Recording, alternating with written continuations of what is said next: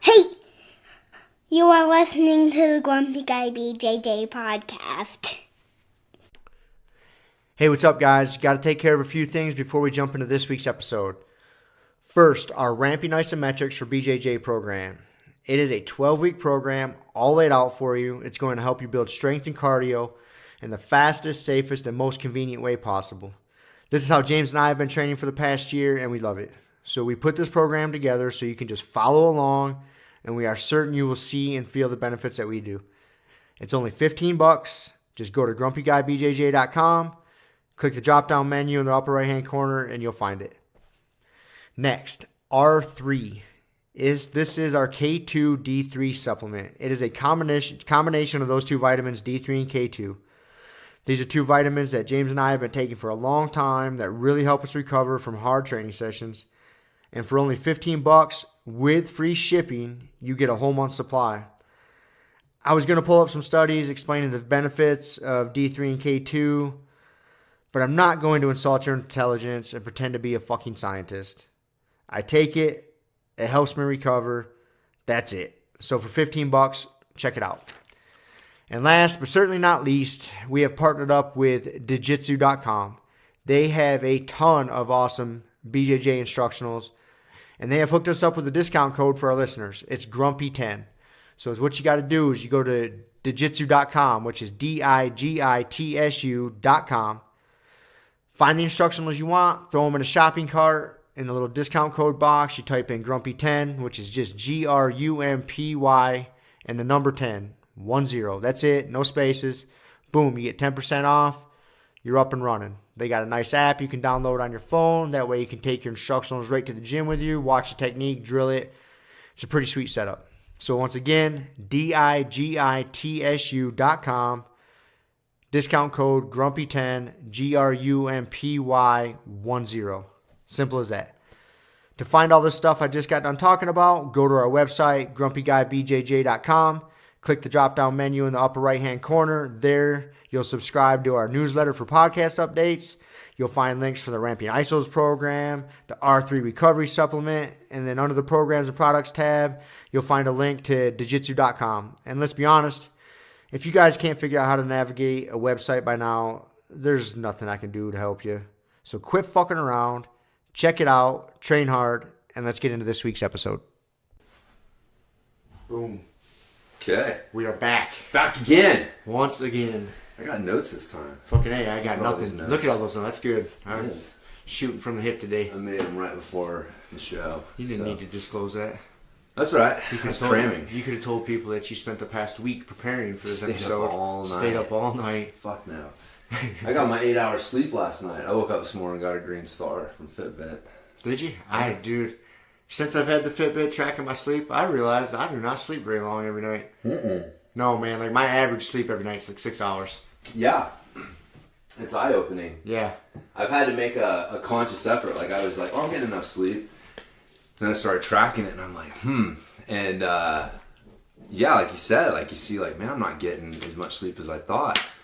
So I've been making, like, a conscious effort. Like, man, I'm going to get my 8 hours every day. So I'm either, if I don't get it overnight, like, man, I'm taking a nap. I'm getting my fucking 8 hours. And it's, I was telling Kelly the other day, like, dude, sleep is a fucking anabolic drug. It is insane. Like, when you get your 8 hours, like, or more, you can feel the difference. Like, your body just is totally different. And it feels like, I feel like I'm on a fucking, like, I don't know how to describe it, but I can feel the difference, man. My body I feel the difference. totally different. For example, just yesterday, like, it was Friday night. Like, I went to bed and I knocked out pretty good. No alarm. I'm just going to get up when I get up. And I woke up and felt rested. And like later yesterday, I was like, oh, I want to see like your sleep stats on there. Because it tells you how long you spent in deep sleep, how long you spent in REM and light sleep. And sure shit, like, I spent more time in deep sleep and less waking hours or light sleep than I normally do. I was like, oh, and I felt better. Yeah. So it's amazing how they kind of keep track of that shit. Yeah, you can see that. And I told you with Morpheus, I can definitely see the correlation between my sleep quality and my recovery in HRV. So It's but yeah, man, since I've had that, so for the past couple months, I've been making like that super conscious effort and doing that consistently, because I don't always get it overnight, so sometimes I gotta take a nap, 2 or 3 of them, but I need to get my sleep. Don't always get it, but I try to get as close as possible. But yeah, since I started tracking it and realizing, like, fuck, dude, I'm not getting as much sleep as I thought. Like, I think especially as you get older, it's more important, man. You just can't get away with it like you could in your 20s. I mean, it's cliche. Like, I'm like, it almost seems like a different dude. Mm-hmm. I'm like, man, I can't believe that this consciousness used to inhabit that, that body. It was this body, but it was like a totally different scene. Yeah, I thought about that, and I wonder, is it, I can't figure out, do I actually feel different now?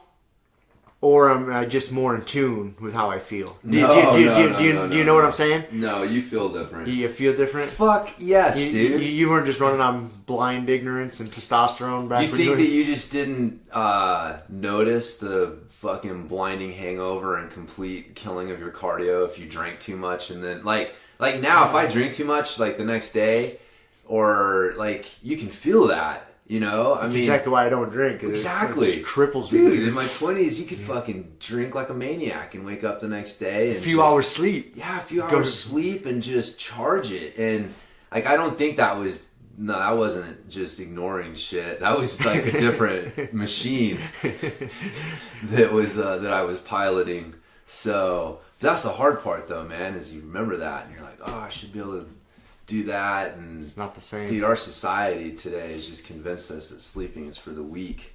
But dude, if you look at professional athletes, dude, they sleep a lot. They probably sleep 8 to 10 hours a day. Like the vast majority of them.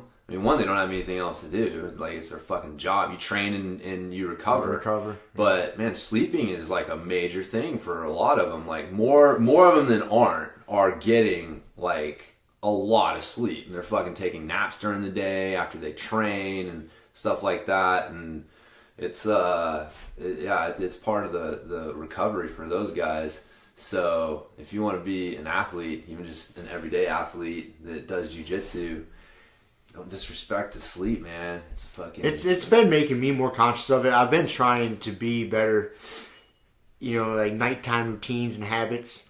Like I always make sure the lights are turned on. I don't have many lights on in the house. Like when I get home from work at night, it's usually fairly late. Yeah. Dude, I don't kick on a ton of lights. Like it's just minimal, so it's kind of dark. I try not very little screen time and shit. You don't got your yellow glasses yet. I'm getting those. That's where I was going. I'm gonna get some of those blue light blocking glasses. Yes. And they make them now that they're not yellow. Okay. They got technology. They look just like regular glasses. They're clear lenses. Yeah. And you can get your prescription in them. For us, people that need prescription. So for you, it's like 6 1/2 dozen. Yeah. Together. And so, fuck it. I wear glasses anyways. So just break out the blue light blocking nighttime glasses. Fuck yeah. And so I'm going all in. I'm going to get a pair of those. Okay. Yeah, fuck sweet. Yeah. I remember I went through a phase where we had candles. Candles, yeah, man. And we were just like candled out, but got a little tough to maintain. It's tough to maintain. I was worried I'll forget and burn the house down or something. Yeah. So dimmer switches work just fine for me. Yeah, I know. Light's nice, man. We live in a wonderful time. Yeah. So. Especially when you can buy the bulb. That's a dimmer bulb, and you can control it on your phone. When it works. It works pretty good. I know. It works pretty good. So when you can do that, it's pretty fucking easy. Yeah. You just grab your phone, click it on, scroll it down to like 40%. Yeah. It's pretty badass. Huh. Yeah. Dude, they should have can't they make...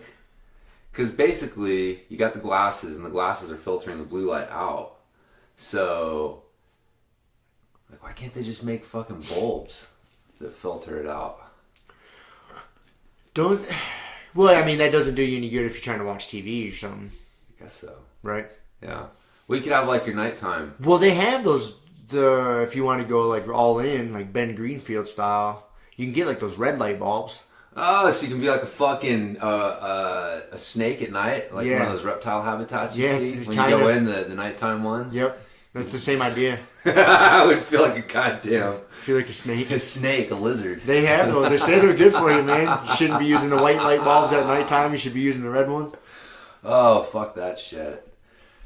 that's when I just get all unlogical and just say, fuck it, humans were made to adapt. Unlogical? Or is Illogical. Illogical? Unlogical I word? turn off my science. It sounds like a word I would use, unlogical. I was reading in a book that fMRI, whatever, scans of the brain have shown that when people are presented with information that goes against what they think they already know, that the logic parts of their brain literally shut down and the aggression parts of the brain light up.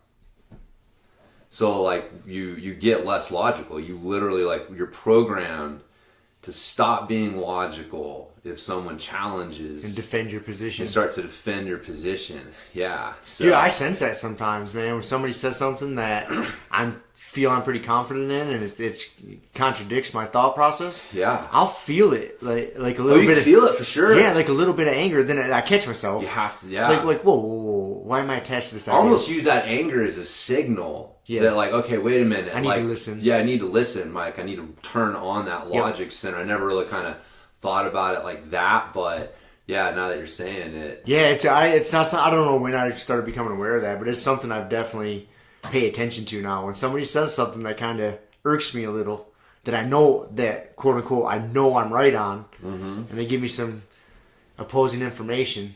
Yeah, dude, I feel it. Like my blood pressure raised a little or something like that. Oh yeah. And then I'm like, okay. Normally I would just react and say some derogatory shit in this instance, but maybe I shouldn't. Yeah. Maybe I should learn something here. Yeah, I know, man. I mean, that's the human reaction, and that's where people, and they're like, you must validate my feelings, gets dangerous, because it's like, well, that's an invalid feeling. Like, that feeling is not, like, it's spawned from you're literally being illogical at the moment and feeling anger, and so, you need to fucking, that anger's not legitimate. And just because it's, me saying something makes you feel angry and uncomfortable doesn't mean that, like, I need to stop saying it. It means that you need to fucking recognize that you're responding illogically.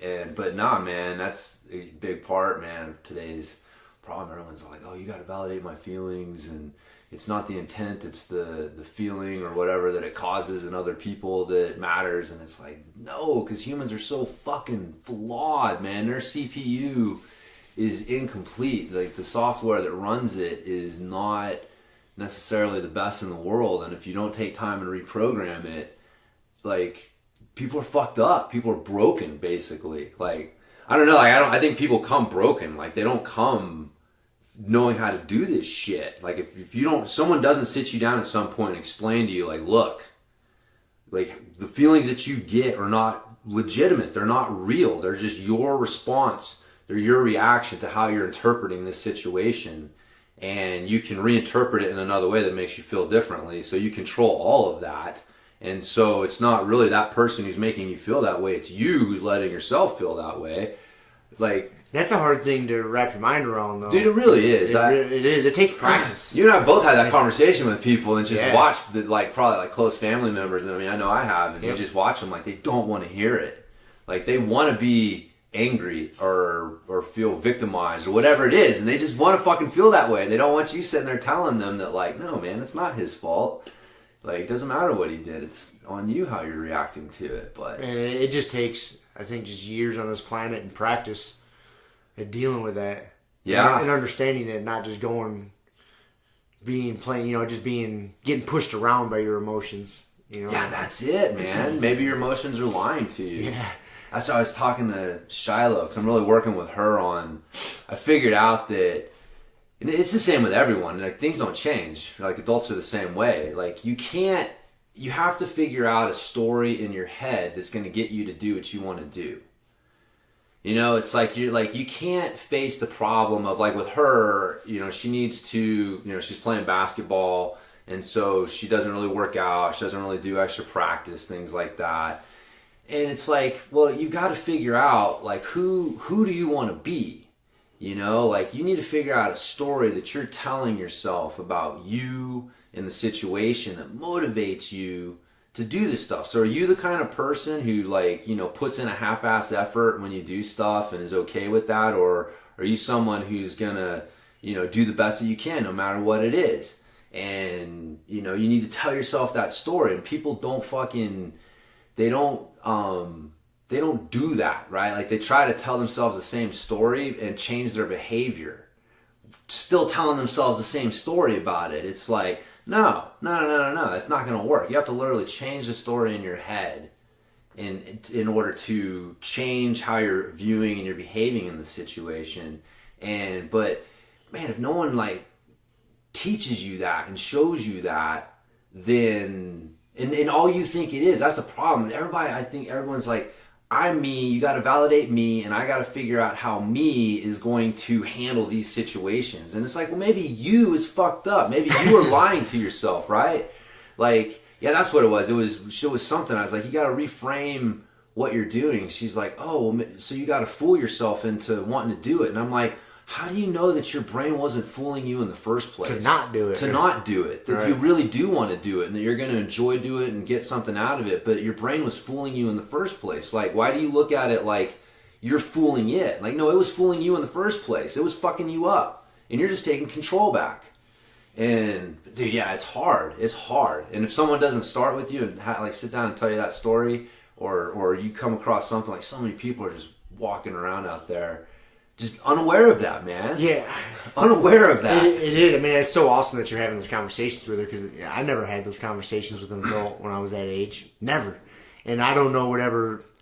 Honestly, I'm not sure. I can't look back and say like what got me on a path of reading different things and exposing myself to different thought processes along those lines. I don't know. But thank God I did and opened my mind to it. But there's a lot of people that don't expose themselves to, I don't know if you want to call it weird, hippie, unconventional ways of fucking thinking, but they just kind of keep on plowing forward. Yeah. Well, the funny thing is a lot of this stuff has now got science backing it up. Things right. like meditation and, it's actually it's interesting. It kind of like segues into one of the things. I'm reading this book called Barking Up the Wrong Tree, which is... Sounds familiar. It's a super good book, man. I think Joshua Barker or something is the guy who wrote it. He's got a blog called The Same Thing. I'm just gathering this from the book. Like I've never heard of the dude or seen his stuff before now. But it's super good. He's basically breaking down like the science behind what makes for successful people. And within that, he's kind of breaking down like, introverts and extroverts. Is it better to be an introvert or an extrovert? Is it better to be, self-confident or, to not have confidence? And kind of looking at the science behind a lot of the stuff. And really, like, there's a couple notes I made that I thought were interesting I wanted to touch on. But the overall gist of it is there's science behind this whole concept of, like, you being able to control your thoughts and how you react to things and understanding yourself. It's like it's fucking written on the stone at Delphi. Like, I mean, it's such a cliche that it's been around for thousands of years. Like, know yourself. And if you don't know yourself, if you don't know who you are, how can you change? It's like, I always call it an ancient Chinese proverb. I don't know if it is, but I tell people when I train, it's like, to be different from what you are, you must first know what you are. I legitimately think it is like proverb from the East. I don't know that it's Chinese, but I read that one time and I'm like, oh, like that's so, because if you never take the time, like in fitness, we were talking about assessments and things like that. Like, doing the functional movement screen sucks, but if you don't know what you are, if you don't know where you suck, how can you be different from what you are? How can you start to change and move? And that's the hard part for a lot of people, is taking that moment of self-reflection, whether it's fitness or, jiu-jitsu or life or whatever it is, saying like, what am I, both good and bad, so that now you can start to take control and say like, all right, here's how I'm going to make things better and move things in a more positive direction.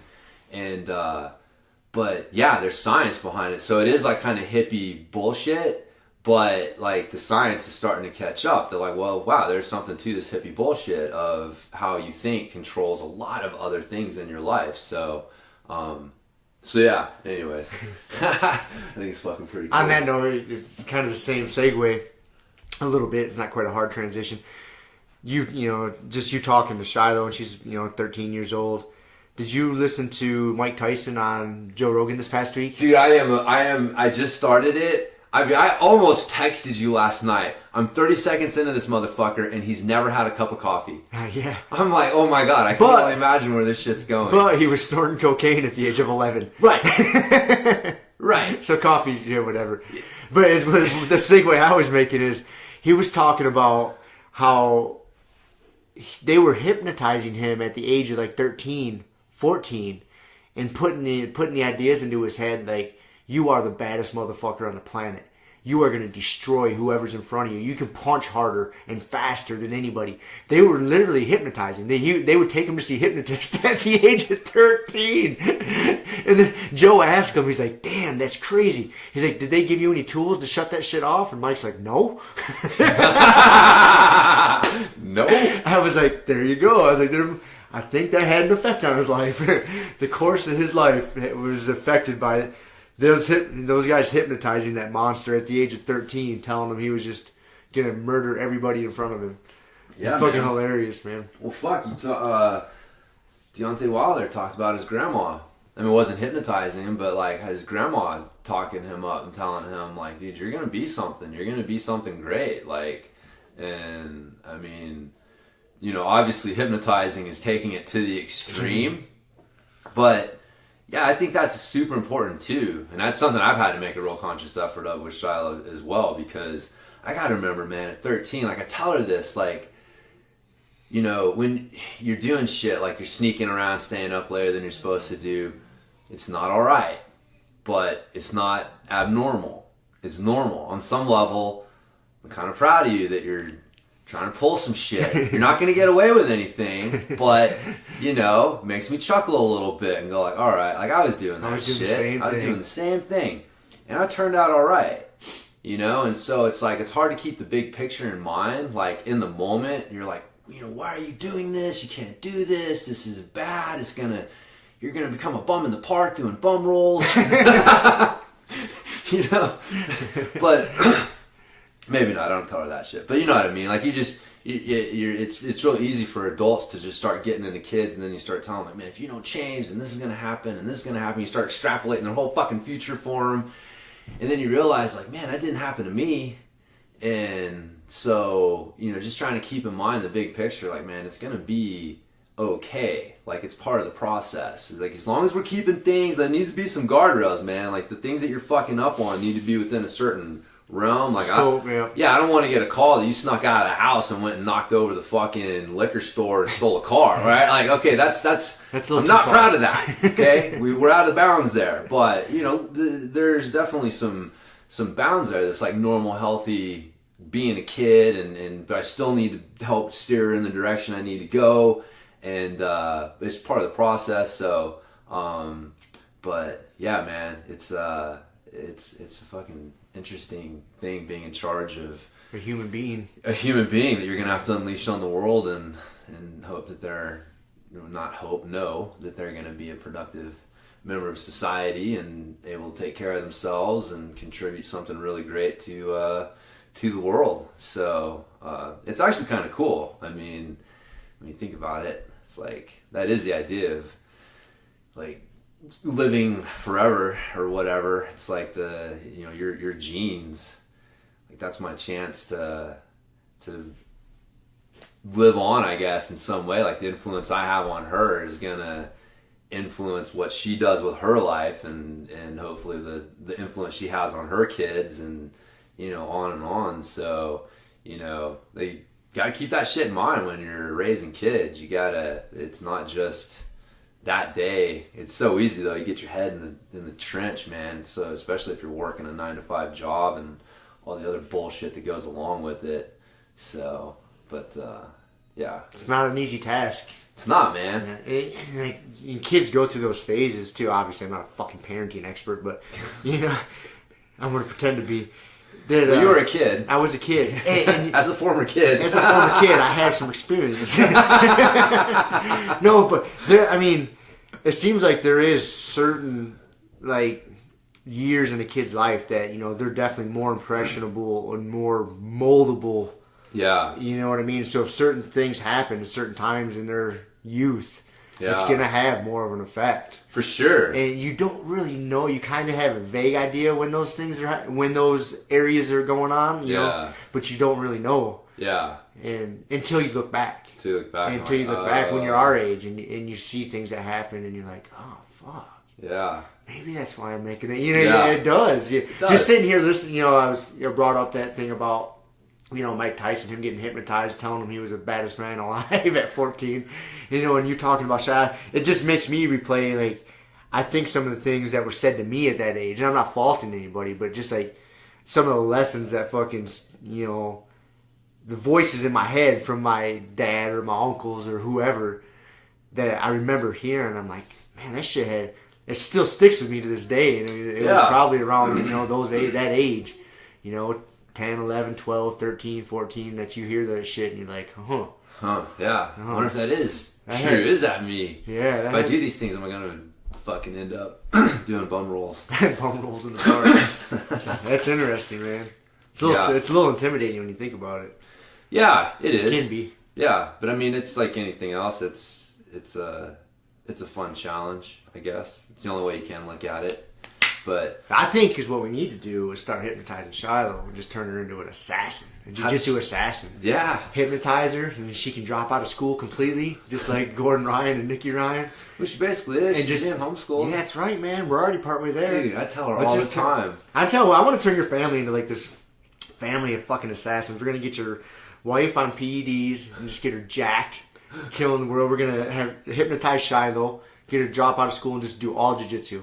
We don't need to read anymore. She can read good enough. Math, fuck it, good enough. Yeah. That's it. All she needs is arm bars and triangles. And just unleash her on the world. I think we can do something with this. Yeah, I wouldn't be opposed to it. I just have to motivate her.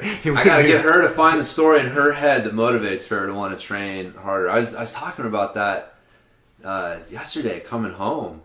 It's like, you know, you just need to figure out, like, there's something that needs to motivate you. And I realize, too, I mean, again, it's so true with most people.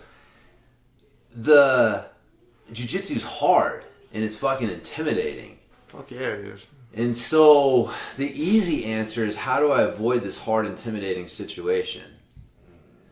And so we were talking about it, and I think that some of her attitude towards jiu-jitsu is coming from that. It's like, you know, this is hard and it's intimidating, and it's easier for me to try to avoid it and not do it than to like just face it, figure out what I need to do to get better at it. Because she's like, I always get stuck in the same 3 or 4 positions. I'm like, well, welcome to fucking jiu-jitsu. Yeah, that never changes. The positions might change. Yes, exactly. But you're going to get stuck in the same 3 or 4 spots. I was like, but that's what makes it simple too. I was like, all you need to do is figure out an answer to 3 or 4 things, and then all of a sudden it moves, it changes for you. And then the 3 or 4 things change. Exactly. Yeah. But that's the process. So it's this big, intimidating thing, but it's really just a matter of figuring out, what do you do for these 3 or 4 things you find yourself in all the time, and you know, just in realizing that a lot of it's just so easy to try to avoid the hard situations, you know, both doing jiu-jitsu in general, and then when you're rolling, it's like, man, I catch myself all the time, like having to tell myself, like, do not turn the fuck away from this pressure. It is just the easiest thing to do. Sometimes it is this right thing to do, but you need to do it under your terms, though. Under your terms. Yeah, you're not doing it to relieve the pressure and get away and make things easier. And that's when you gotta, you know the difference. And so yeah, it was interesting though, like that we were having that talk, because I'm trying to figure out like how to motivate her. Like, man, aren't you, like, you don't want to get your ass kicked? Like, that's the other thing too, is letting yourself be motivated by negative things.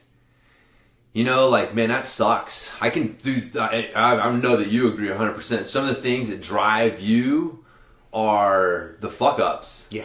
Like, your failures. Dude, honestly, like, the negative shit, I don't know whether it's healthy or not, probably drives and motivates me more than the positive normal. shit. I don't know if it's healthy, but that's normal for, like, people, like, you know, like, I hate those shitty feelings. Yes. You know, a bad practice or just a bad match or just...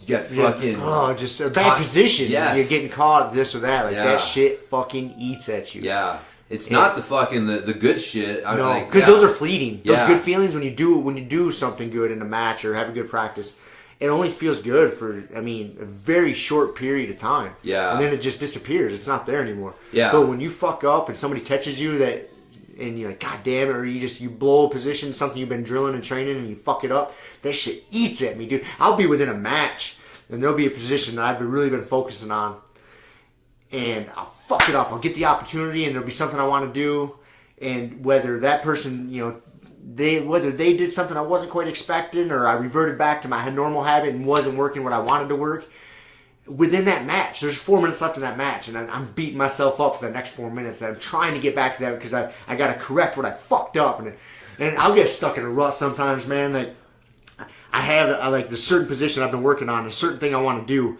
I'll miss my opportunity, and then that whole rest of that fucking match, all I can think about is missing that opportunity, and I was like, then the buzzer goes off, the round's over, and I can't fucking remember anything about that match except for me missing that fucking opportunity.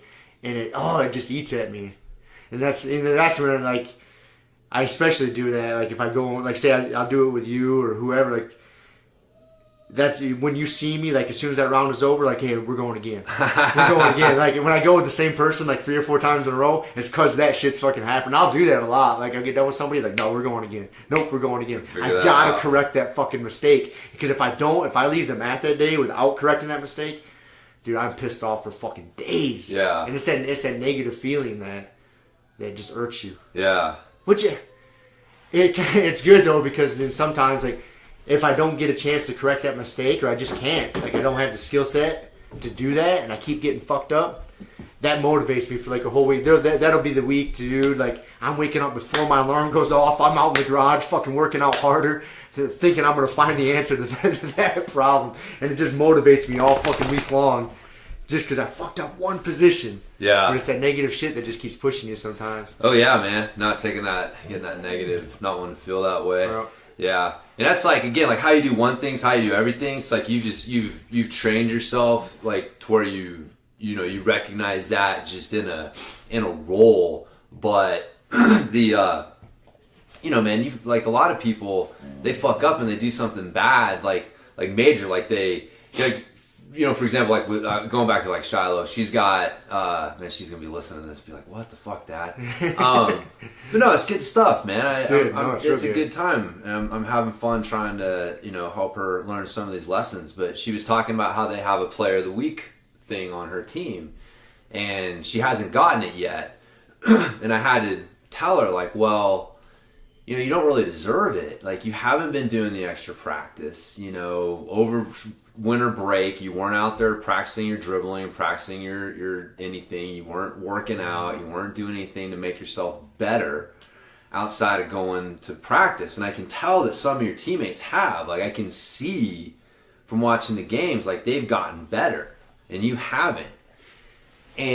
But like the thing is like that should burn, that should sting. Like don't rationalize that away. Like don't be like, oh, woe is me because coach didn't, pick me, or try and put it away. It's like fuck no. Like you let it hurt, and you know that you deserve it. Like that's the thing, and you don't ever want to feel that way again. You don't ever want to feel that way again. So what can you do to never feel that way again? And then that's what you do. But like I said, like for us, like I said, like we've kind of internalized that lesson. I'm just saying, well, do that during a fucking drill session. We've done it both, man. Like, no, wait a minute. I can't end on that rep. I have to end on a good rep. And so it becomes down to that level. But just getting people started with, no, man, you use that for fuel. That's part of the story that you tell yourself. That's part of how you start to define yourself. Like, whatever led you to do that, like, you're not going to tolerate that from yourself. Like, you're going to be the type of person who either doesn't do that or does something that you should have done, but, like, that's the shit that fuels your story and who you are and the direction that you're headed with things. And, man, if you're not doing that, good luck, man. You're just pinging off everything that you run into out there, and that just doesn't get you anywhere. So, but anyways, yeah, that embracing that negative feedback is it's important. But yeah, I don't know if it's healthy, but it's definitely part of the. But that's part of the book. Actually, one of the good things about this book that one of his main points is that what would be considered a negative trait in one arena or one context can be a positive trait in another context. And so the things that people told you were, man, this is your biggest flaw, was maybe contextual. That maybe in another situation, like, that'd be your biggest strength. And it's just a matter of picking the right game to play for your strengths rather than trying to mold yourself into this thing that you're not, and trying to ignore your weaknesses and strengths and reshape yourself. Because the thing is, you're just not. Like, if you're an introvert, you're not going to become an extrovert. It's who you are. But there's things that you can do to kind of shape. So, maybe if you're an introvert, you shouldn't be a car salesman.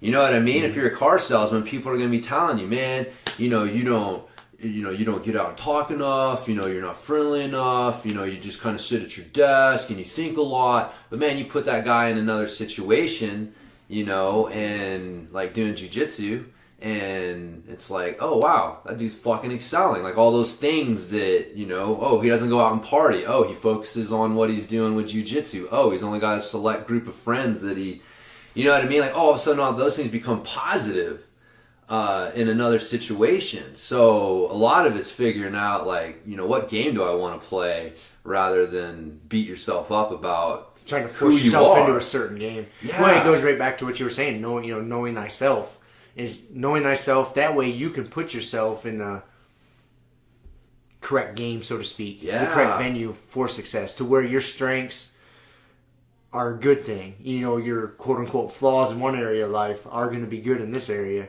Yeah. But if you don't know yourself and spend time being introspective and thinking about that, you're not going to know. Yeah. And then you might just end up thinking you're a fucking loser, because you're getting put into positions to where you're set up to fail. You're setting up to fail. You're getting put into positions that aren't your strong suit. That doesn't mean you should run away from challenge, but it means that you just recognize what the situation is. Yeah. And you might, yeah, that's something good to think about, because I bet you that happens a fucking lot, because kids come out different than their parents. Everybody comes out a little bit different. You just come out of the box different. I mean, you might be sort of alike, but you come out different. And a parent has an idea of what a kid should or shouldn't be, or things they should and shouldn't be interested in, and you try to jam them into that fucking mold, and it just doesn't work. It doesn't work repeatedly, and next thing you know, the kid is fucking knocking over the liquor store. Yeah. You know what I mean? Yeah, it is a big part of it, man, because if you don't realize that what made you successful as an adult may not necessarily be the same strengths and weaknesses that your kid has, right, and you just trying to impose, like, I tell Charlotte all the time, like, man, I'm going to tell you this, but I also understand that it's bullshit, but like, when I was your age, this is what I was doing, or this is what I was thinking, and knowing full well that, like, that's not, who you are. But there's still something we can take from this, but I don't expect you to be me. But that is, like, the hard thing to realize, is that, other people's, like, your experience is completely unique, with how you're experiencing the world, because of all these different strengths and weaknesses that you have. And so if you're not, if you're not succeeding in one situation, then there may be other, it may just be, like changing the friends that you hang out with, like that's one that, man, making a major life decision, like, who you're married to or your job and all that shit, but figure who you spend your time with, your friends, is, that's huge. That's huge, man. That's a little easier to make that change, and it's still tough. It's still tough to make that change. It is tough, but I'm just saying, like, compared to, like, quitting your job, right, like, you know what I mean? Like, like there's things like, you got your job, you got your relationship with your wife, you got your things outside of, those things, and a lot of people are, like, unhappy with a lot of that shit. You know what I mean? And they're like, where do I start?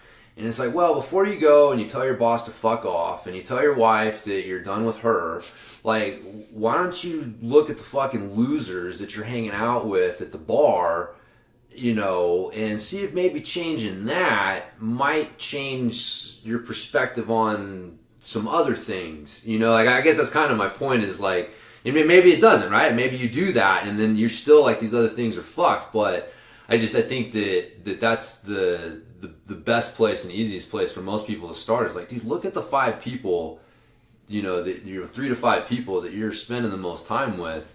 And if you're not spending time with anyone, that may be part of the problem too. Like, maybe you go fucking do jujitsu. Like, most people listening to this don't have that problem. Like, you're getting out and you're doing jujitsu or doing something, so there's some socializing going on.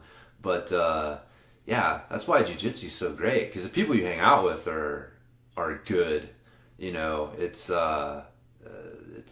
we've talked about that before. Like, it's just the process and the culture of jujitsu tends to get some pretty cool, good people to have around, hanging around you. And we've talked about that before. That's one of the greatest benefits of it. Yeah. Is, next time you go to the gym, ask Kevin. One of our training partners, wrote him a nice letter recently. Kind of touching on that. Yeah. And like how, him coming into jiu-jitsu. Dude, it was nice, dude. And I mean, it was just nice. Kevin handed it to me. He's like, yeah, it's not about the money. It's about this, and that's what it's about, man. Because it was like, just thinking about it almost tears you up a little bit. Because I mean, he wrote this nice little letter to him about just on how great the jiu-jitsu family is and what it's done for his life, and he never really expected that coming in. Yeah, it's fucking awesome, man. Yeah. Next time you head to the gym, make sure you hit Kevin up and read that. It's cool to see that this training partner of ours thinks that and sees that. Yeah, and it's pretty early on in his his jiu-jitsu path, so to speak. And so for him recognizing that, I'm like, oh, fuck yeah, like, we're doing something right there. Because we got a cool-ass vibe at our school. Oh, yeah. So it's... Fuck yeah, man, I know. We got George and Chris drive from Montrose, like, every chance they get to come and train with us. Those animals will be there today. Fuck yeah. Get some no-gi going. Yeah. Take those grips away. I don't know if that's better for me or not. Probably a little bit better. Chris gets a hold of my fucking collar sometimes, and it's tough. But I love rolling with those guys. Yeah, it's fun. Anywho, what else you got on the notes? All right, man. I had to take a drink there. Some water. Been drinking coffee all day. I drink too much coffee, I'm pretty sure. Man, Mike Tyson doesn't drink coffee. I got to make up for it. Because, the average consumption is X. So I just found out, so for everybody who drinks 0, somebody's got to drink twice the average consumption to even that shit out. So... You're doing the world a service. Dude, if more people were doing their job, you wouldn't have to drink so much goddamn coffee. Because if if the average isn't this, and they're going to sell less coffee, and that affects a lot of people's jobs, Rob. So I don't want to see people lose their jobs. Just a goddamn humanitarian. Drinking coffee. Keeping the wheels of commerce going, That's right. dude. You are integral. Yes. To this whole process, James. So that barking up the wrong tree, there were a couple... I touched I his ear. Touched his ear. He's a little wuss, man, with that. He likes me scratching on his ear, I think, but other people fuck with him. I barely touched it, you big baby. He is a big baby. Anyways, back to the podcast mutt.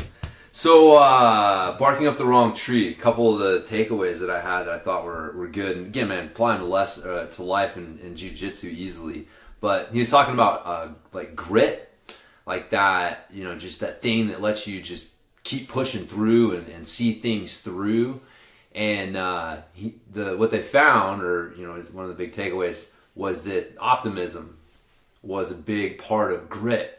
Basically, optimists see the world in that things they're not permanent. Like they don't they're not pervasive. They don't happen all the time.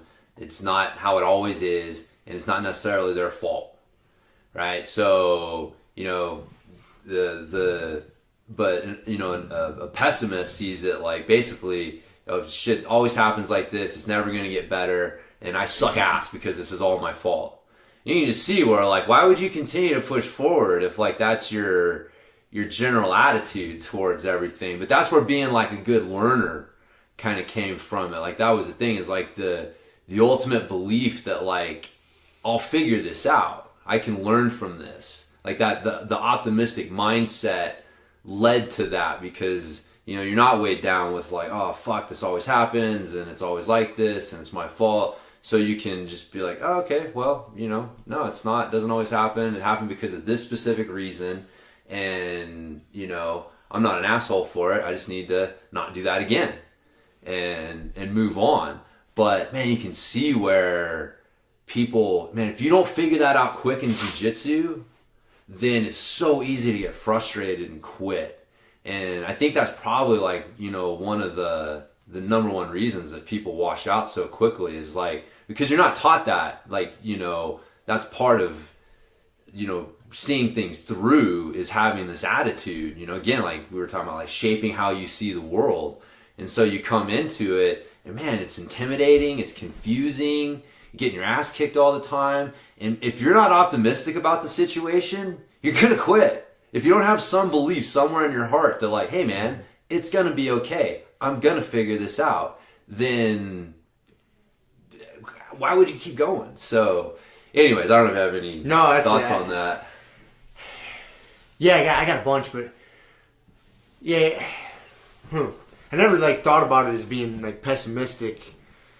You know, coming into jiu-jitsu and someone being pessimistic, that's what would cause them to wash out. But I can see that, you know, because it is tough. And if your view of the world is more the woe is me, this is how just shit happens and I suck, and you get faced with that hard challenge of jiu-jitsu, it's not an easy man, when you first start, it's not an easy new hobby to jump into where it's all just fucking rainbows and unicorns. No, it's brutal. And if you're, yeah, because there's a lot of hobbies out there that you get into that are just rainbows and unicorns and super happy and make you feel good, but they're not necessarily challenging. Spin classes. Yeah, spin classes. You know what I mean? I'm gonna keep picking on spin classes. That's fine. That's an easy thing to pick on, but. Yeah, and if you're coming into it thinking it's going to be that, yeah, it's going to crush your fucking hopes and dreams pretty fast. I guess I never thought about the pessimism, you know, if someone's more in that mindset causing them to quit and not like it. Yeah. Yeah. Yeah. So I was talking with Brandon, the new guy he came to the Grumpy Guy Fit class a couple times. He made it yesterday. Came in about like at the ramping ISOs time. He said hi to you. Bald dude? That old bald dude? Yeah. Okay, I couldn't remember his name. Yeah. Brandon. Yeah, all right, Brandon. Cool. All right. Yeah, there you go. All right. Now I remember. Yes. Anyways, because I was talking with him and he was kind of expressing a little frustration with how things were going. That is exactly what I was trying to explain to him. It's like, man, it's just, you just got to have faith. Like it'll work itself out. Like you got to stay positive because you can kind of tell when you're talking to people and they're getting frustrated, and you can sense like, you know, the negative energy that's coming from the experience as opposed to like, oh well, yeah, it sucks, man. You know, I'm getting my ass handed to me, but you know, it's part of the process, and you know, I just keep doing this thing, and I'll get it figured out eventually. You know, and it's such an important thing. If you don't get that figured out early on, I think it's really hard to make the whole journey. Like that's one of the most important things you can do to stack the odds in your favor of making that journey is figure that out early, because it'll help you weather the hard parts a lot easier. If you're not just, I suck. You know, it's easy. We all do it, man. I tell them, jiu-jitsu sucks. I'm terrible. And then I got to catch myself. It's like, it's not true. You know it's not true. You keep it. It's a slump. It'll come out. You know, I mean, we had the talk last week, basically. So it's all part of the process. But what was interesting, though, like optimism, there's a difference between optimism and self-confidence. You know, like optimism is your attitude towards just kind of the world in general. Self-confidence is your attitude towards yourself. And he was interesting. He was pointing out, like, you know, self-confidence can be a bad thing because it starts to make you delusional. Like, if you have self-confidence, too much self-confidence, you start to tune out advice and feedback, and you just do your own thing. And so he basically he made a distinction that what you want is, how do you put it?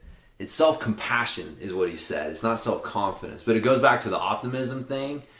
And it's like you're not approaching situations trying to be confident about yourself. You're trying, I am this and I can handle this. It's more like you're approaching a situation with the attitude of like, well, whatever happens, coming out from that optimistic mindset. And at the end of that is like, it's not your fault. And that's where the self-compassion comes in. And that's like, that's the hard part, because if people don't understand how to have that, right? So you come at someone and you give them feedback, and then they run it through their filter, and if it's all about them, right? If it's either like they're self-confident, well, they don't want to admit that they were wrong, and so it's going to be hard for them to accept it. And if they don't have self-confidence, well, you just fucking cratered them even more. You just fed into their idea of like, I suck. Thank you very much, Rob. You just fed into like, I do suck. Yay, Rob said I suck.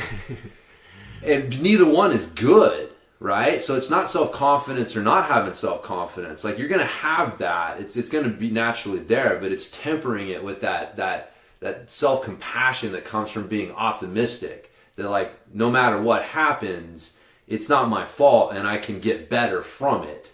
And then that allows you to approach situations and be successful at them versus trying to rely on what may be real, truly earned self-confidence versus like delusional, or the opposite of like not having any confidence going in. Yeah. So I thought that was an interesting... It's an interesting take. I think either direction with it, it can be a slippery slope if you go too far one way or the other. Yeah. And it's just I think life is just a constant kind of balancing act and trying to find that middle ground.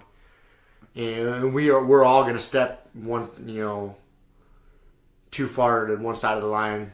Yeah. From time to time. That's how you maintain the middle ground. That's how you maintain. So yeah, it is. Like, you're basically you're not on that middle line. No. You're bouncing back and forth like fucking hopscotch. You know what I mean? Yeah. Some venues of your life and some situations you're going to be more on this side. Maybe a little too much self-confidence and optimism. Sometimes you'll be a little too hard on yourself, and they kind of hopefully kind of crisscross enough to where it averages out. Yeah. And you're somewhat of an even-keeled person. Yeah. Yeah, but it's all, again, I think like the theme of it, like, just like you started, is going back to knowing yourself and being able to recognize those warning signs. Yep. when you're veering too far off to this isn't my fault, that's cool, I can correct this, or I fucking suck. Yeah, just being able to recognize involved. Yep, just being able to see the signs and what's going on. If you're too confident, usually you're getting angry about it, yep. And if you're not confident, usually you're starting to like beat yourself up and have a lot of negative self-talk. But either one of those should be more of a warning signal to evaluate, like, is this actually deserved? 9 times out of 10, the answer is no. And even on that 10th time, it's not deserved for like long. Like, maybe you did fuck up and you deserve to sit there and beat yourself up for a little bit, but you're gonna have to get over it. Like, that's the thing. Like, eventually you're going to have to get back on the right track. So how long are you going to spend, like, off track? Like, just, do it, get it the fuck out of the way, then get the fuck back on track, man. I think anyways. For me, like, because I'll slip into that too and beat myself up for too long, but I've learned, being on the planet for 40 fucking years, there's something I do once I see myself going that way, there'll be times it's a couple days go by and I'm just kind of just pissed off, not in a good mood, just shit's going sideways on me. When once I see that and I finally get myself out of that rut and to get myself pointed back in the right direction, I always think to myself, all right, this was fucked up. I did this. What lesson can I learn from it? As soon as you say that to yourself, that's where the self-compassion comes in. That's what it is, dude. You got a little compassion for yourself. As soon as you say, what can I learn from that? Yeah. And then that changes your frame. Yeah. And then that helps your filter and it helps you, okay, I can learn this from it. Boom. Yep. I'm good. And it kind of like... It takes a little bit of the weight weight of the situation off. Trying to explain that to people, though, is hard. It's fucking tough. Because until you experience it, it's really hard to like understand it, because you feel like you're giving in. You're just giving up. Like, no, I'm justified in feeling this way, and I'm just fooling myself. I'm just giving up, and it's like, once you experience, and that's no good. We've all kind of like walked away from a situation where we didn't really feel, we just gave in, and we walked away from it and feeling like we were still right, but we just gave in.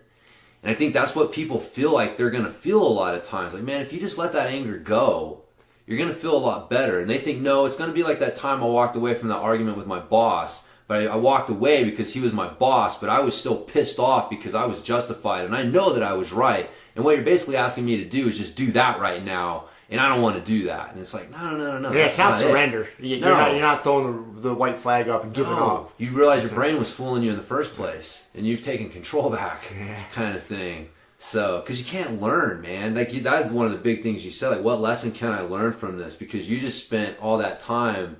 You can't learn when you're in that frame of mind. And so, how can you figure out how to get past your problem if you're not learning? And so, as soon as you're like, what can I learn from this? It's like, boom, the brain just lets go and starts looking. And yeah, it's funny, man. Yeah, it's funny. Maybe it is just a trick you're playing on your brain, but I think it's a good trick to play. It is. It is, man. It's all tricks, right? It really is. It's all tricks. It's all trickery. Somebody's, you're going to have to fall for one trick. Why not fall for the trick that doesn't make you sad?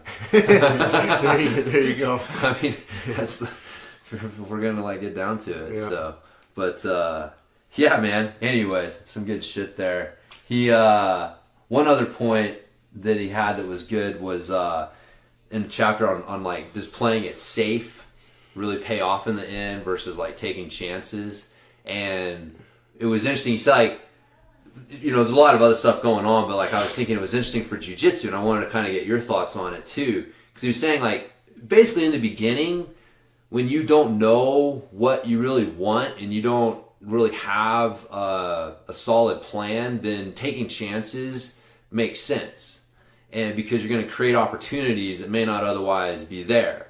And but once you've figured out what you want, you still need to do like 5 to 10% of your time taking some chances to still kind of create some opportunities, even though like what you want to master. Like once you figure out what you want to master, you got to focus on it, or you're not going to master it. But you can't tune out everything else. And so he was saying like, even once you get shit figured out, that 90-10 or 95-5, and I thought, man, that's really interesting with jiu-jitsu, because like when you're a white belt, you want to experiment a lot. And that's some of the shit that we talk to people about. Like that's the hardest thing, is they get in these, they don't experiment, right? They'll figure out like 1 or 2 things that they can stall people out in, and then they don't fucking move, and you're not experimenting. You're not, hey man, you may get tapped out. We tell people this all the time.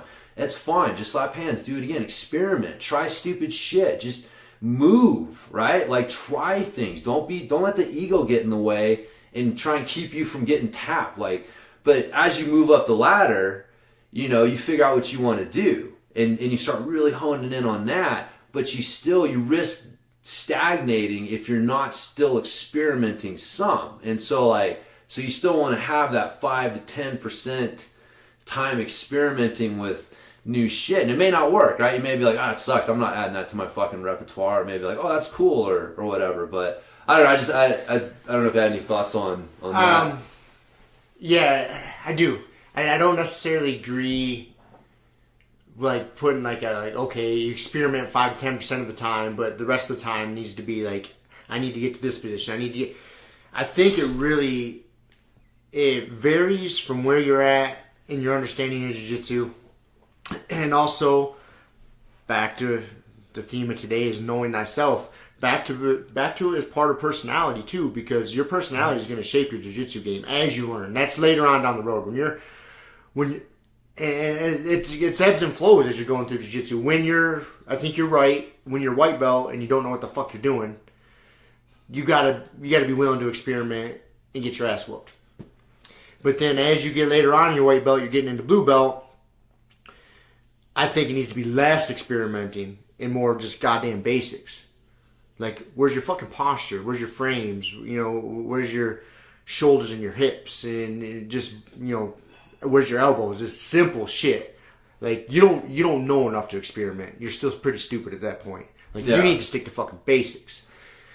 And then as you get a better understanding, then you get a little more leeway and wiggle room. And I really think, towards the tail end of white belt, most of blue belt, there should be more foundational jiu-jitsu, less experimenting. Purple belt's kind of the same thing, I think. Really, I think as you're going through purple belt, it should be honing those. You're getting really solid at those, but then as you start getting out of purple belt into your brown and your black, you're kind of figuring out where your game is at purple belt, and you're sharpening that fucking sword, and you're getting a good understanding of it.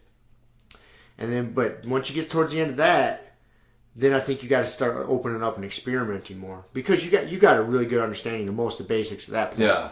And so you can get yourself into some fucked up positions like, oh, that didn't work. Yeah. Now let's get back to my less experimenting, back to my basics, get the fuck out of here. Now let's experiment here. Boom, boom, boom. You figure out where you can and can't be a little bit looser with it. Yeah. And again, as with anything, you can go too far one way or the other.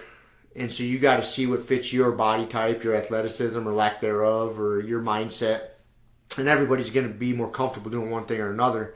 And they're like, you're an analytical motherfucker. You no, I need to go to fucking point A. Oh, I don't want to go to B yet. I need to go to 8.1. I need to go to 8.2.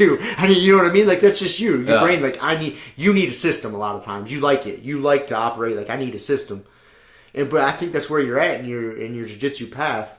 And I think eventually you'll open up a little bit more. You'll be a little more free-flowing with it. Yeah. I think that's really important, especially I think you get to where I'm at.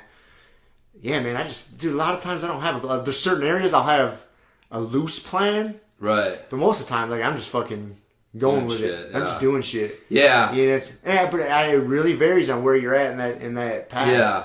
No, I totally agree. I think that the word, maybe, and this is where the definition of words becomes interesting, is experiment. I totally agree with you in the context of experiment as you were using it. I guess in experiment in the way that in the book or kind of I was thinking about it is more like exposing yourself to new things, right? And you see this, I'll use this example. You see this sometimes where people get really good at one position, right? At white belt, and they're winning tournaments, and they're focused like a motherfucker on that position.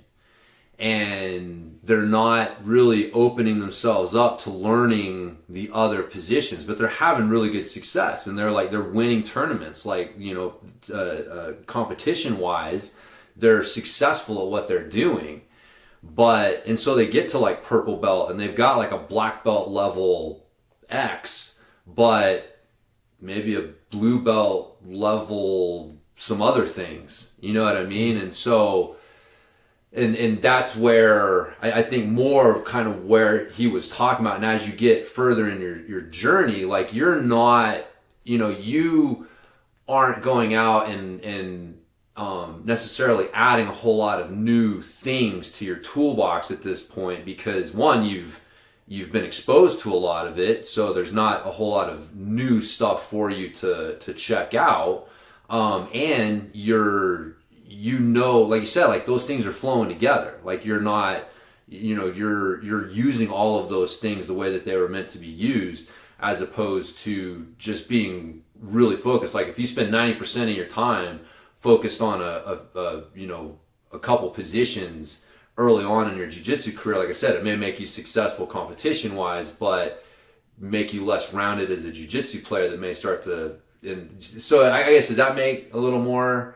I guess that's kind of how I was looking at it. I think we're kind of saying the same thing, just two different ways. Well, I think you were saying experiment as far as experiment with different, ways of applying principles, or just experiment with different, what if I just did this?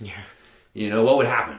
And yeah, that's not necessarily where a white belt or a blue belt needs to be. But like I said, it's you get someone who starts to have really good success with one or two positions, and they just are always focused on that. Or like I said, they figure out man, if I get to knee shield, I can stall this out for 5 minutes. And we've talked about that. There's people that we've both say, like, man, that was a wasted 5 minutes. Like, we did nothing because they were just so static. And they figured out that they can just do that.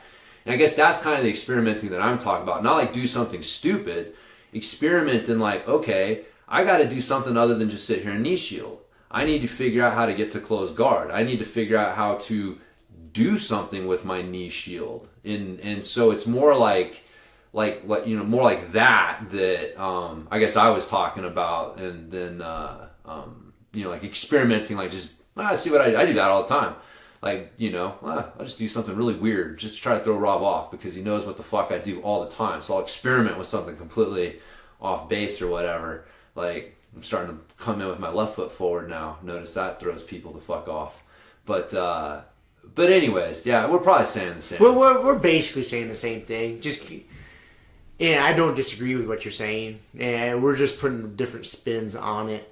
I think another way I could put what you're saying is, especially in the practice room, if you have those certain couple positions that you are winning tournaments with, that and we've talked about this before, is you have to actively go into your training sessions and tell yourself, I'm not going to go to this position.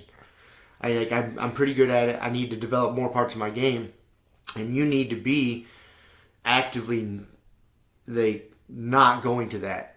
So for example, like if most people like passing guard to their left, to your opponent's right. That's just kind of a standard. Most people. So, you have to go in with the mindset, like, I am not going to pass to anybody's right today or to my left. I'm going to do all my passing to my right. I might not fucking pass anybody's guard today. Yeah. And then as soon as you realize, you'll get tired, you'll get in the heat of the match, and you'll revert back to where you're good, and you're like, fuck. Yeah. And that's the kind of shit that'll eat at me, like I was talking about earlier. And I think that's what you're saying, is like, you got to be conscious of it. Got to be conscious of it. And you got to know yourself. You got to, okay, I'd like to go play half guard on this side. No more half guard on this side today. I'm only playing half guard on my bad side. I'm going to get passed. I'm going to get cross-faced. I'm going to get fucked up. Man, it is what it is. Yeah. And you don't have to tell your training partners that. And I advise you not to, because then you're just going to look like a dick. You're like, you're massaging your ego. Like, you just get your ass whooped by your training partner, and you're like, oh, yeah, I'm working my bad side. Right, yeah. Dude, like, I've had people say that. I'm not going for leg locks today. Yeah, I've had people say that to me. Like, dude, well, you're massaging your ego, man. Yeah. Like, fuck you. Yeah. When you're working your bad side or not strong positions on certain things, you don't need to tell your training partners that. The only reason you're telling them that is because you want to justify why you got your fucking ass handed to you. Yeah. That's really what it is. Yeah. Now afterwards, if your coach asks you like, "Hey, why are you doing that? That was so stupid," then you can tell your coach, right. I'm working I'm working some shit here. Yeah. I'm working my bad side on this or that. Yeah. So. Yeah, that's kind of what you're saying, right? Is getting yourself out of those. It's just being open to creating new opportunities, because without those new opportunities, it's hard to grow. Yep. And it's just knowing like how many opportunities you're trying to create, through that. Because I remember, the curse of knowledge is a funny thing, but like I still remember having to make, all the classes because I knew that the next class had the technique that I needed to take my jiu-jitsu to the next level. The magic technique. And if I miss that class, man, and it was like this, and that's where the YouTube collection technique comes in, because you're trying to expose yourself to this stuff. And so it's natural and it's normal, but, you can overdo it, right? Like if you're doing 90% just, exposing yourself to new shit on YouTube and new stuff all the time, and you don't have anything that you're working on, like, hey, this guard pass really resonated with me. I'm going to drill this. Like there has to be that balance. And versus the people who are just, I'm really good at this guard pass. This is all I'm ever going to drill. And so like that's where the two extremes aren't good. Right. And just understanding like, where it is. But yeah, it goes back to know yourself. Where are you at in your journey? What are you trying to accomplish? And you're not going to grow without those growing pains and those ass whoopings. Yep. You're not gonna. You're not going to. And if your ego's a little too fragile to take those ass whoopings, well, yeah, I don't know what to tell you. I know. Go eat some mushrooms. Yeah. Well, or work on your side control escapes. Work on your side control. Either one. Either one. Combine maybe at the same time. Maybe at the same time. I've heard people doing that. Okay, maybe that's the secret. I know we were having that talk the other night. I'm like, man, I'm just not seeing something down here. I don't think I'm seeing fucking bottom side control properly. What I'm trying to see when I'm escaping, and that's what it is. I need to take some fucking mushrooms. Eat some mushrooms. Get crushed by Kevin and you in bottom side control and see what the demons, where they fucking point me. See if we can raise the blight. There's no demons in the mushroom world. They're all happy little trolls. Happy little trolls. Show you the way. Just steal your underpants. They might steal your underpants. That's okay though. Yeah. No, it's good though. I watched some of that Black Mirror. The Bandersnatch. Bandersnatch, yeah. Little one. What did we do? I did where I accepted his offer and the game turned out to be shit. Oh, that was the first choice you did to work for the company? Yep. And then we went back and I'm surprised you made that choice first time around. Was that your choosing? Yeah. I'm surprised you didn't choose the freelance one. Like, no, I'm not going to work for the company. I'm going to go home and do it myself. You know, man, I figured that him hanging out around that company was going to produce some interesting scenarios. Huh. You know? Learning about one another. I'm surprised you made that choice. Wow. I went the other way. Remember, my friend, I didn't say anything. I just wanted to see what other people's reactions would be. True. So. All right, anyways. So then what was the next? How far did you get? Did you complete all the way through? I don't think so. How do you know when you made it all the way through one? There's no rewind? I don't know if you ever really get to. Yeah, I mean, you'll get to the point eventually after several decisions to where you can say roll credits or go or go back and they'll let you go back to a certain. I haven't made it to a roll credits decision yet. No, haven't you? I can't remember if I made it through. I remember I made it. I got to old boy's room and we took acid and he fucking jumped off the balcony. Yeah, you made him jump. You didn't jump. Okay, yeah. Good move. Yeah, that's where the demon came from. And that was the point. It was funny. I learned something about my wife. She was like, "You're gonna have to watch this and tell me." She's like, "This is getting too intense for me," and I'm like, you fucking talking about? Like, there's nothing like going on here, so I can just tell it's just getting crazy. Like the demon at the end of that one that flashed up, and I was like, oh no, that's what it was, because he was the scene where they're tripping and his eyeball started like drooping, and I'm like, he's tripping, like nobody's cutting anybody's head off yet, like, So, anyways, it's interesting. That's cool. Yeah, I gotta watch more of it. Yeah. I just. You know. Sit down and experiment with it. Makes them make the other choices. Yeah, it is. It is interesting. Because I'm gonna watch it again. Whereas, like, you know, a regular episode of Black Mirror, I watched it once and been done. Yep. So it's interesting thing. So it was cool. The new age digital media. Yeah, I liked it. Yeah. So that's about it. Oh, last thing on that book, I'm about to read about Sakuraba. I don't know what about. He's in that. He's in the book. Really? Yeah. Interesting. It is interesting. I wonder why is he in the book? How is this? How is this dude fucking related to Sakuraba? I think it has something to do with work-life balance. I'm going to speculate that Sakuraba didn't have a whole lot of balance going on in his life to get to where he was. I don't know. Well, it's interesting. It's starting out just basically because when Sakuraba was coming around, the Gracies and the Brazilians were dominating a lot of the combat sports and stuff. So that's his claim to fame, man. The Gracie killer. Gracie killer. Yeah. So that's why I'm like, I just kind of know this. I'm like, man, I'm wondering where this is going. It's interesting. So yeah, I was reading and got to the end of a section, but I always like look at the next paragraph and I started reading. I was like, oh, I got to turn this the fuck off because I'm going to get sucked into this and Rob's coming over. So, but I'll let you know kind of what the takeaway lessons from Sakuraba was. That's awesome. Yeah. So, anyways, that's about it, man. That's all the notes? I think so. That's good. That's about a good time. Yeah. Probably call it a wrap and we can go train. And just want to touch real quick on my theory that the best BJJ instructional ever created is floating around on a photon out there from the previous eon.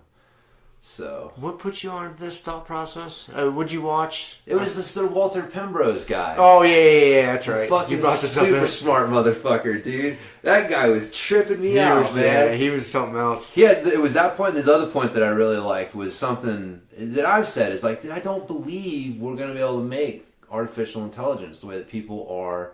Like, we human beings don't just calculate. There is something else going on that creates consciousness that's not just calculations and it's not just numbers. It's not. Algorithms. You're not going to be able to create a computer to recreate what we're doing. It's just not. And I like how he's like talking about the quantum field and the collapse of the wave function and some fucking part of your neurons, basically. I was like, yeah. Go smart guy. I know, dude. I listen to those interviews and I'm like, those dudes are just. I mean, and the way that he talks about it so nonchalantly. Yeah, and you're just using all these words and definitions and shit. Like, is this a thing? Like, I gotta rewind it and listen to it. Like, what did he just say right there? Yeah. Sometimes it's too much for my fucking monkey brain. Yeah. But yeah, basically his theory is that the collapse and the expansion is basically like we're about 3/4 of the way through the expansion of the current eon or whatever, and there was one before us, and that basically at the collapse of the former one, which was the beginning of this one, that you would have the most advanced civilizations possible, because they've had the longest so they'd be way more advanced than we are, and that it's theoretically possible that there was some way for them to encode something on photons which would make the jump from the previous one to this one intact. You could encode something on them that would contain information from their civilization, like a way of communicating with us from the previous eon. So you think somewhere out there, dude, they had to do jujitsu in the previous one. They figured it all out, and there is a fucking instructional floating around on a photon out there that's got ultimate jujitsu on it. It's not John Dominer's $200 triangle fucking instructional. I looked at it because I seen he put that out recently. I'm gonna get that one, man. I'm sure there's some good shit in there. Yeah. And I clicked on it. I was like, man, I didn't have like a price in my head, or like would I be willing to spend on it? But when I clicked on it and it said $197, I was like, I'm not spending my money. $200 on his triangle system.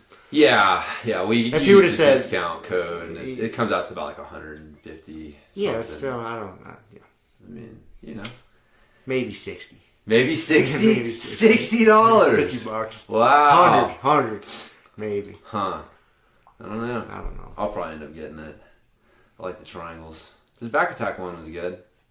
You spent $200 on that one too. Huh? No, I got it for like 120. So I'm only $20 over your max. It's not bad. Number. It wasn't bad. I mean, it's the way like I said, man. The way I look at it, you learn one thing. Yep. What's that worth?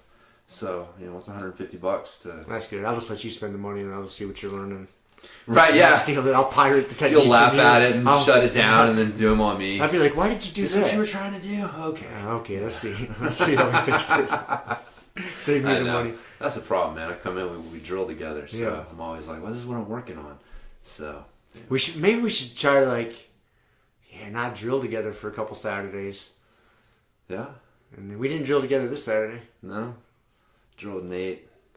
He's drilling some half guard escapes. Yeah, he was doing that shit last week too. Yeah. I think I'm gonna whoop his ass today.